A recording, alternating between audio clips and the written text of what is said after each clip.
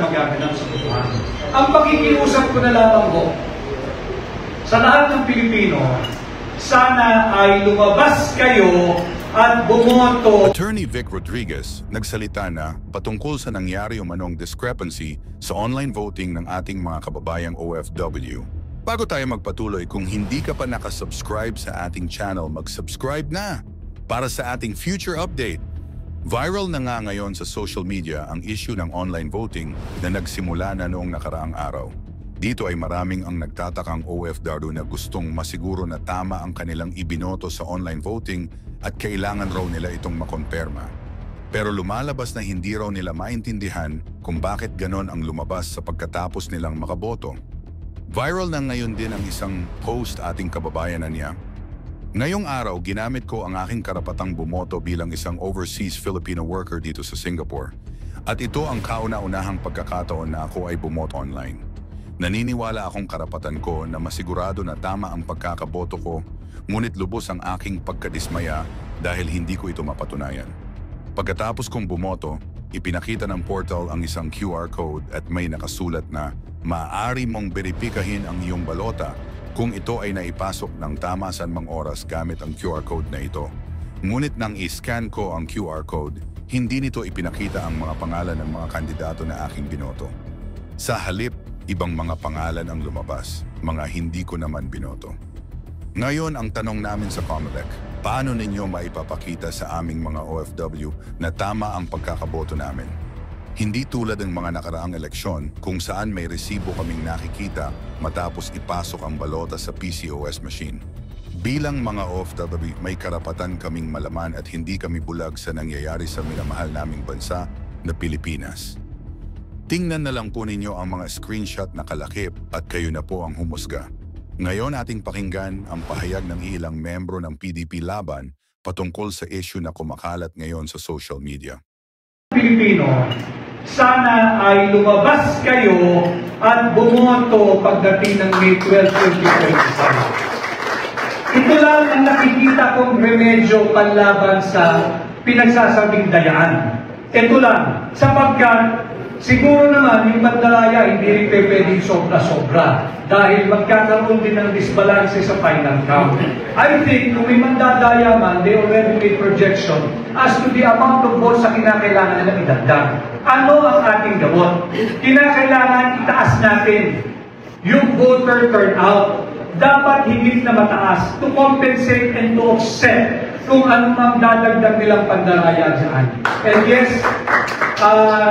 kanina pa umaga yan, imbis na kami sa PDP ay maghinaan lalo kami nagagalaiti at makakampanya ng todo para lumabas kayo bumoto ang May 12. Yung report ng OFWs, binoboto ang PDP, iba ang lumalabas sa resulta. Ano ang view natin dyan? Tulungan ninyo kami. Huwag nyo lang kami basta iboto, huwag nyo lang kami basta ipangampanya. Hikayatin ninyo lahat ng inyong pamilya, lahat ng inyong kakilala, bumoto. At para makita ng mga nagtatangkang mandaya, ang pakiusap ko, wala lang yung tatak at mga pangalan ng aming mga kandidato. Magsuot kayo ng t-shirt na verde sa May 12 para labanan natin yung mga magtatang ng peste ang boto ng mga Pilipino. I'll give the microphone now for you.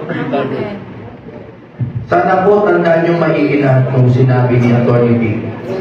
Dahil ito po ay talagang ang case of Vox Populi na talaga. Kailangan yung voice of the people has to reflect the voice of God.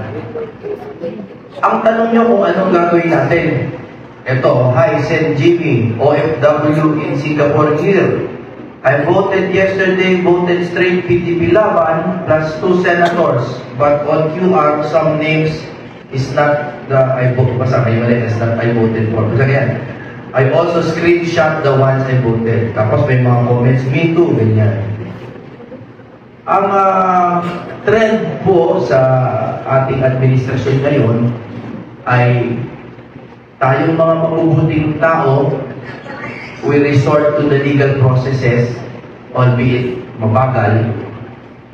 Pero yung sarili po nating mga tagapamahala, and I do not mean to offend, Pero yung sarili natin tagapamahalang, sunod-sunod po yung pagbalik nila sa mga batas natin. No less than the Constitution itself and the statutes po ang binabali nila. So I would like to say for the record, and I think I can say this in behalf of PDP, we strongly condemn the use of and the implementation of online voting. It is without basis in law and jurisprudence. Wala po kahit anong dahilan para payagan ang online voting. Kaya po kami nag-file ng petition sa Supreme Court headed by Attorney Bobby Torion, the representative of Pastor Apollo Kibuloy, for prohibitory injunction po ng online voting, tsaka mandatory injunction na gawing manual ang counting. So, i-share ko lang po, ang mga OFW po, kung sa batas lang, you have every right to go to the embassy, yung booth ng online voting, and to demand to cast your vote manually. Kung batas lang ang ating pagbabantayan.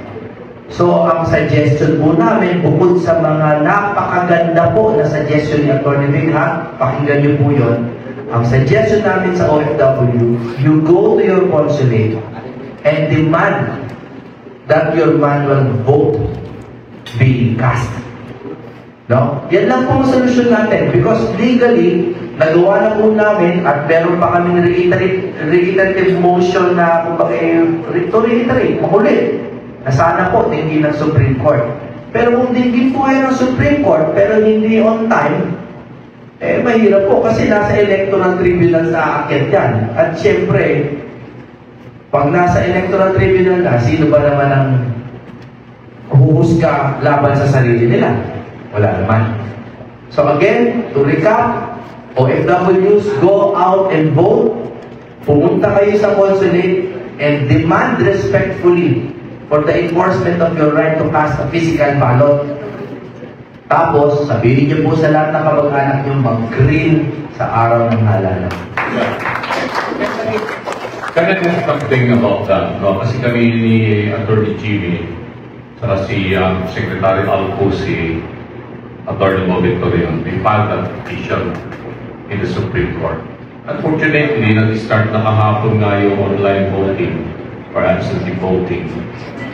At walang lumabas na injunction from the Supreme Court. So tuloy-tuloy po yan. Now, I've received so much information, various kind of information. Sabing na bumoto kami ng straight PDP naman, okay naman. Meron din dumarating na, bumoto kami ng straight PDP naman, ganito lumalabas, nagkakadayan na. Tapos may mga sumisingin din na comment. Ganito rin lang pala, gaya na, huwag na lang tayo bumoto. So, ang apprehension ko kasi, yung naglalabas ang mga comments sa social media, maybe itinanim din siguro ng kabilang grupo yan to discourage the overseas Filipino workers from voting. Because based on the information I got, more than 90% of OFW will vote straight PDP laban. And that is the situation now. So, meron silang mga part of their demolition team na sige, magpakalat tayo na nagkakaroon na ng dayan para hindi na boboto yung mga overseas Filipino workers. Then there will be a very low turnout of voters in the OFW. And there will be very low turnout naman doon sa voting here in the Philippines on May 12. Kaya yung panawagan ni Atty. Vic is very, very important. No? Let us not be deterred or discouraged by all this negative information that we are getting. Hindi natin alam kung sino ang nagpapakalat na dito. Kasi meron ng kasunod na, iboycott na lang natin to, ano na lang to, kalokohan na itong election na ito, things like that. Meron nang nag-i-instigate din na, magkano na lang tayo, people power, people power. Please, huwag po tayong basta-basta maniwala doon. Let's keep the fire of democracy, representative democracy burning, and that is for us to exercise our right of suffrage. Labas po tayo sa mission here in the Philippines, our overseas Filipino workers, panawagan po namin sa inyo, You keep voting, tsagain po ninyo yung nangyayari po dyan na online voting kasi wala pong order to stop it. So, pakiusap namin muli sa ating mga OFWs. Pag nakaputo na po kayo, keep the fire burning again to campaign more. Mahaba pa ito. We have to still have 26 days more to go. Campaigning. And nakita nyo naman yung latest survey ng lahat ng mga survey firm na hindi natin alam kung kakampi natin sila o kalaban. Pero kahit nakalaban siguro, you cannot deny the fact that all of us here, lahat ng kandidatong ito, we have gained so much percentage of points doon sa preference, voting preference. Attorney Jimmy has, I think, 12.5 rating. Ganon din si Pastor Kibuloy, big. Number 12 na. Si Congressman Marcoleta, I think 10 to... Nandun doon ang pasok na, 4 na yung pasok doon sa latest na survey ng isang firm. And then nandun doon, palapit na si Jimmy, palapit na rin si Vic, palapit na rin kami ni JV. And then, Doc Marites Bata. So lahat kami umaangat. And then we have seen already the enthusiasm of the people on the ground na talagang vote is straight PDP laban. So, yung mga balik-balita na yan na pinapakalat nila sa Facebook, may kaakibat yan na discouragement for the voters to go out and vote kasi nga magkakadayan. Please, don't entertain that negative talk.